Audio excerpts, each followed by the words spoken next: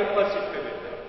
अगर वहां जगह खाली है तो पीछे से आके आगे आके उस सीट को हमें लेना है। आगे बढ़ना है या पीछे रहना है, तो हम तो वही करते हैं। आज तक हमने वही किया है। क्या किया है? आगे बढ़ने की सोचते हैं लेकिन करते क्या है? पीछे लास्ट सीट पे जाके बैठ जाते हैं। कहीं पे भी कोई प्रोग्राम में जाते हो, कोई फंक्शन में जाते हो, पीछे लास्ट वाली कोने वाली सीट देखते हो। तो आगे कैसे जाओगे भाई? आगे जाना है तो आगे बैठना पड़ेगा, खुद को चेंज करना पड़ेगा ना। सेकेंड थिंग,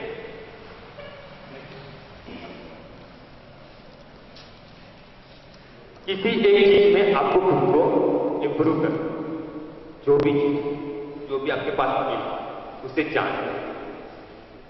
जो चीज आपके अंदर है, जो गुण आपके अंदर है, जो गट्स है, उसे जानना। सबसे पहले क्या करना है? 2 मिनट एक साइलेंट प्लेस पे जाना है जहां आपको अपनी शांति मिले, माइंड को शांति मिले। पहले ये सोचो कि आप हूं आया।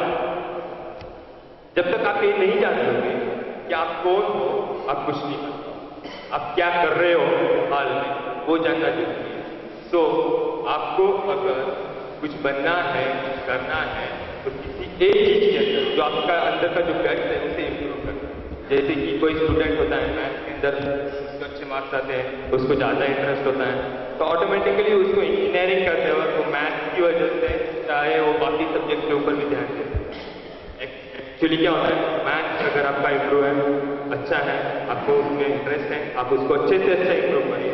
सब पूरे क्लासरूम में अगर आप उसको फोकस करो और मैथ्स को अगर आप इंप्रूव करोगे तो ऑटोमेटिकली आपके बाकी सारे सब्जेक्ट पे आप ध्यान दे पाओगे। क्यों ऐसा क्यों होता है? क्योंकि आप अगर मैथ्स में अच्छे हो ना तो आपका कॉन्फिडेंस बढ़ जाता है। कोई भी एक सब्जेक्ट आपका अगर इंप्रूव हो गया पूरी तरीके से क्लास में, आप सबसे अच्छे हो सब्जेक्ट के अंदर, तो आपका ऑटोमेटिकली कॉन्फिडेंस बढ़ जाता है और आप ऑटोमेटिकली बाकी सारे सब्जेक्ट पे ध्यान दे पाते हैं। सबसे मेन अपने अचीवमेंट्स पे बहुत इंटरेस्टिंग पार्ट। आप में से कितने लोग मानते हैं यहाँ पे आप सक्सेसफुल हो? क्लासरूम में जितने बैठे हैं आप में से कितने लोगों को ऐसा लगता है कि आप सक्सेसफुल हो? कोई सक्सेसफुल नहीं। जितने भी लोग ऐसा मत कीजिएगा, डोंट बी शिट। आपको कितने लोगों को लगता है यहाँ पे जितने बैठे हुए हॉल के अंदर, ऑडिटोरियम के अंदर, कितने लोग सक्सेसफुल हैं सर? ओके, 1 2 3, बस एक बात बताओ, आप सब सक्सेसफुल हो। किस तरीके? जो आपका एम होता है डेली चेंज होता है, जो आपका मीट है, गोल है, जो एम है डेली चेंज। फर्स्ट स्टैंडर्ड में गए, फर्स्ट स्टैंडर्ड में हमारा एम क्या था? फर्स्ट स्टैंडर्ड पास करके सेकंड स्टैंडर्ड। हाँ, तो आप सक्सेसफुल हुए ना, एक एम के अंदर सक्सेसफुल हुए, सक्सेसफुल हो। माइंड को जो आपके जो भी अचीवमेंट है, उसको जो भी आपने अचीवमेंट किए हुए हैं, जो भी सक्सेस आपने पाए हुए हैं, वो एक डायरी के अंदर नोट करें पहले, सबसे पहले।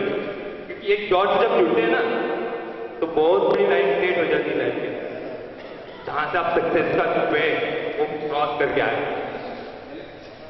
एक नोट बनाइए जिसके अंदर आज तक, बचपन से लेकर अभी तक के जितने भी अचीवमेंट हैं उन्हें नोट करिए।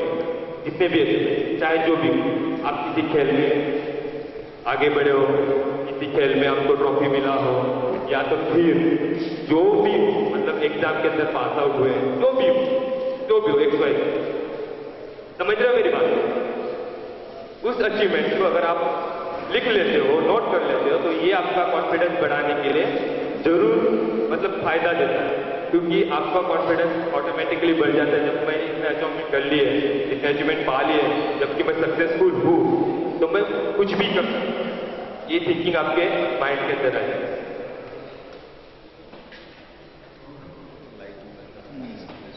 विजुअलाइज करिए कि आप कॉन्फिडेंट, जो कि मैंने अभी दोनों टॉपिक एक साथ में बताया कि विजुअलाइज करें कि आप सक्सेसफुल हो, कॉन्फिडेंट हो। जिस टाइम पे आप विजुअलाइज करोगे, खुद को बोलोगे कि मैं कॉन्फिडेंट हूँ, तो अंदर से एक एनर्जी क्रिएट हो जाती है और आप लोगों को ऐसा लगता है कि आप कॉन्फिडेंट हो। सही है? अगर हम सोचेंगे कि हमारे अंदर नेगेटिविटी है, नेगेटिव पावर्स है, तो आप मैंने जैसे कि बताएं कि फर्स्ट सीट पे बैठने से लास्ट सीट पे जब बैठते हो तो लास्ट में ही रह जाते हैं, क्योंकि हम खाली सोचते हैं। तो हमारी सोच बहुत इंपॉर्टेंट है। ओके, नेक्स्ट, गलतियां करने से बचें। यहाँ पे कितने लोग ऐसे हैं कि जिन्होंने आज तक गलती नहीं की वो लाइफ के अंदर? कितने लोग ऐसे हैं? कोई है बता, आज तक आपने दुनिया के अंदर देखा है कि किसी ने गलती ना की हो? आप अनकॉन्फिडेंट कब फील करते? बताओगे? कोई बताएगा? आप अनकॉन्फिडेंट कब फील करते? जब कोई गलती हो जाती है, जब कोई गलती हो जाती है अनकॉन्फिडेंट फील करते, या करने से पहले अनकॉन्फिडेंट फील करते?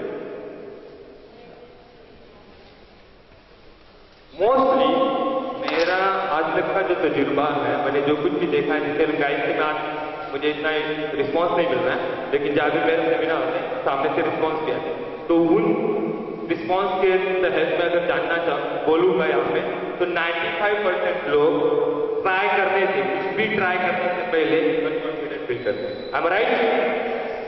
स्टेज फियर कितने लोगों के अंदर है? Stage fear, stage daring, stage fear जो है, स्टेज पे आने के बाद जो डर लगता है, हाथ कांपने लग जाते, पैर कांपने लग जाते, कितने लोगों के अंदर?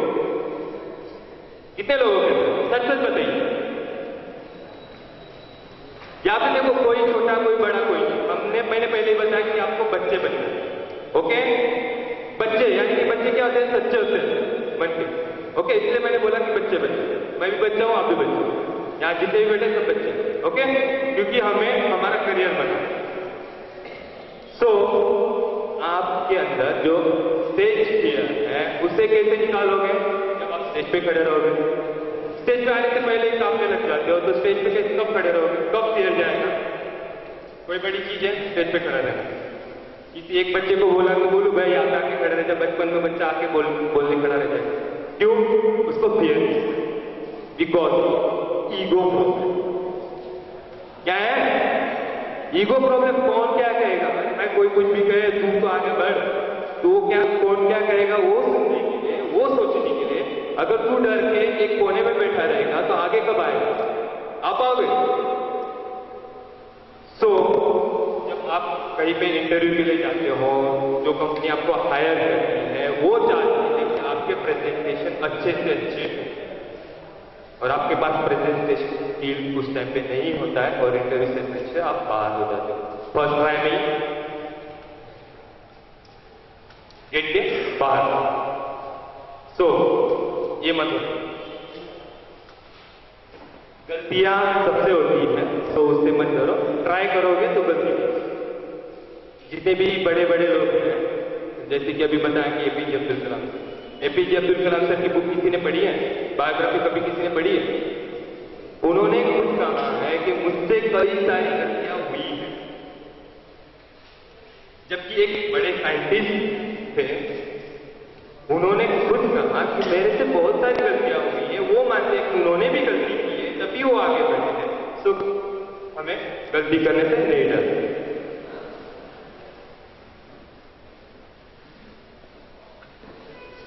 ये पढ़ो, लॉ ऑफ कॉन्फिडेंस के लिए सबसे पहले इंपॉर्टेंट। मुझे इंग्लिश नहीं आता। इंग्लिश जरूरी क्यों है? इंग्लिश एक ऐसी भाषा है जैसे हिंदी है। हमारा लैंग्वेज क्या काम करती है?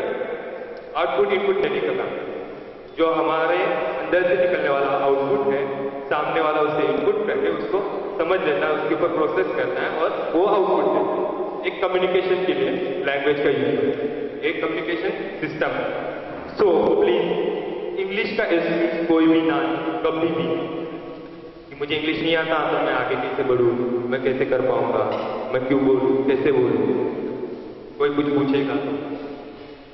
लैंग्वेज कोई भी हो, हिंदी, मराठी, इंग्लिश, गुजराती, जो भी आपको लैंग्वेज आती हो, जैसे कि आदिवासी हो, गुजर हो, जो भी लैंग्वेज, ओके, ये कम्युनिकेशन के लिए। सो लैंग्वेज का कोई भी प्रभाव हमारे कॉन्फिडेंस के ऊपर नहीं पड़ता। मेरा ऑब्जेक्शन है, लैंग्वेज का यह होता है, इफेक्ट होता है कॉन्फिडेंस पर। If you are interview in a very big complex और company, and if they are interviewing in English and you don't